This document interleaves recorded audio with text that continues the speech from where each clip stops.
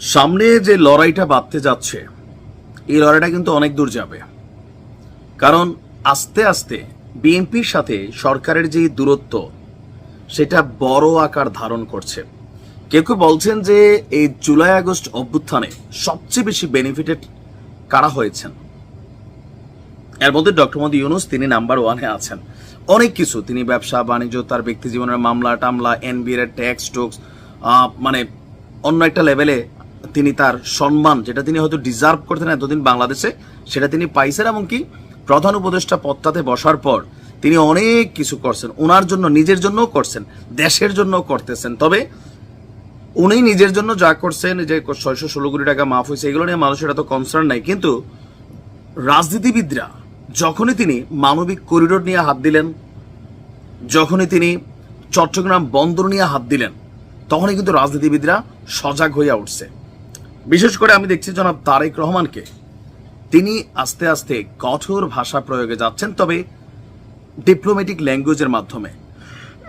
তিনি বলছেন যে আমার কাছে আশ্চর্য লাগে যে 9 মাস হয়ে গেল এই জুলাই অভ্যুত্থানে যারা শহীদ হইল তাদের চূড়ান্ত তালিকাটা আমাদের এই ছাত্র নেতারা, তারাও এটা নিয়ে কোনো এত গর্জ কই ভাই? তারা চাইলে তো 2 দিন আওয়ামী লীগ নিষিদ্ধ হয়। এই চূড়ান্ত তালিকাটাই প্রকাশ হইল না। জুলাই আগস্ট ফাউন্ডেশন 100 কোটি টাকা 150 কোটি টাকা নিয়ে হইল, তুমি মুগ্ধর ভাই স্নিগ্ধ সেও সইরা গেছে, তারপরে হচ্ছে আপনার সার্জিস সইরা গেছে। মানে যতক্ষণ এখানে মধু ছিল অনেকেই ছিল, মধু নাই, আস্তে আস্তে এখানে থাইকার ফয়দা নাই। তারপর হচ্ছে পলিটিক্যাল পার্টি মুভমেন্টে গেছে।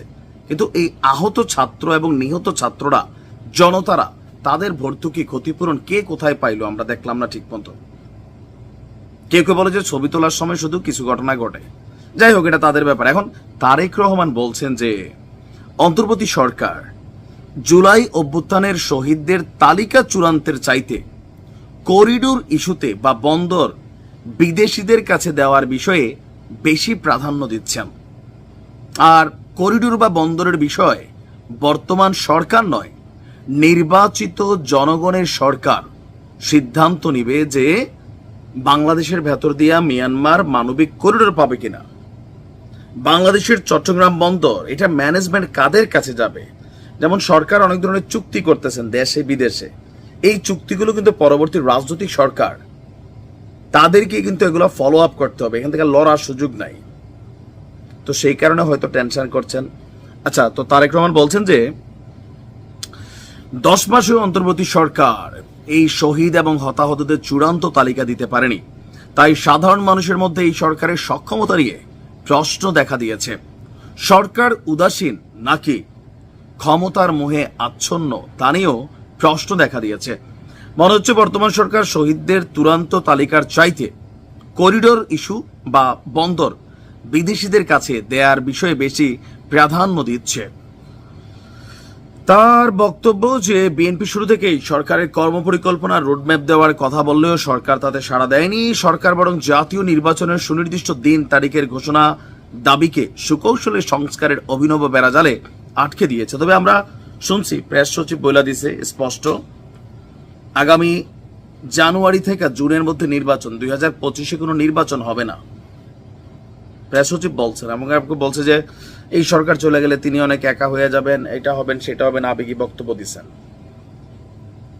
এখন যতই দিন যাচ্ছে সরকারের বিভিন্ন ইস্যুগুলোতেও মানুষ নিজেরও প্রশ্ন তুলতেছে।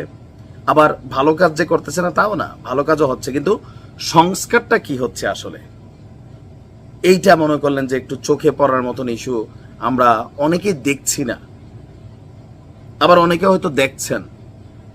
তো কারা দেখছে না কারা দেখছেন সেটা নিয়েও বিতর্ক আছে, যে আমরা কি পলিটিক্সের চশমা দিয়ে দেখছি নাকি এর বাইরে দেখছি।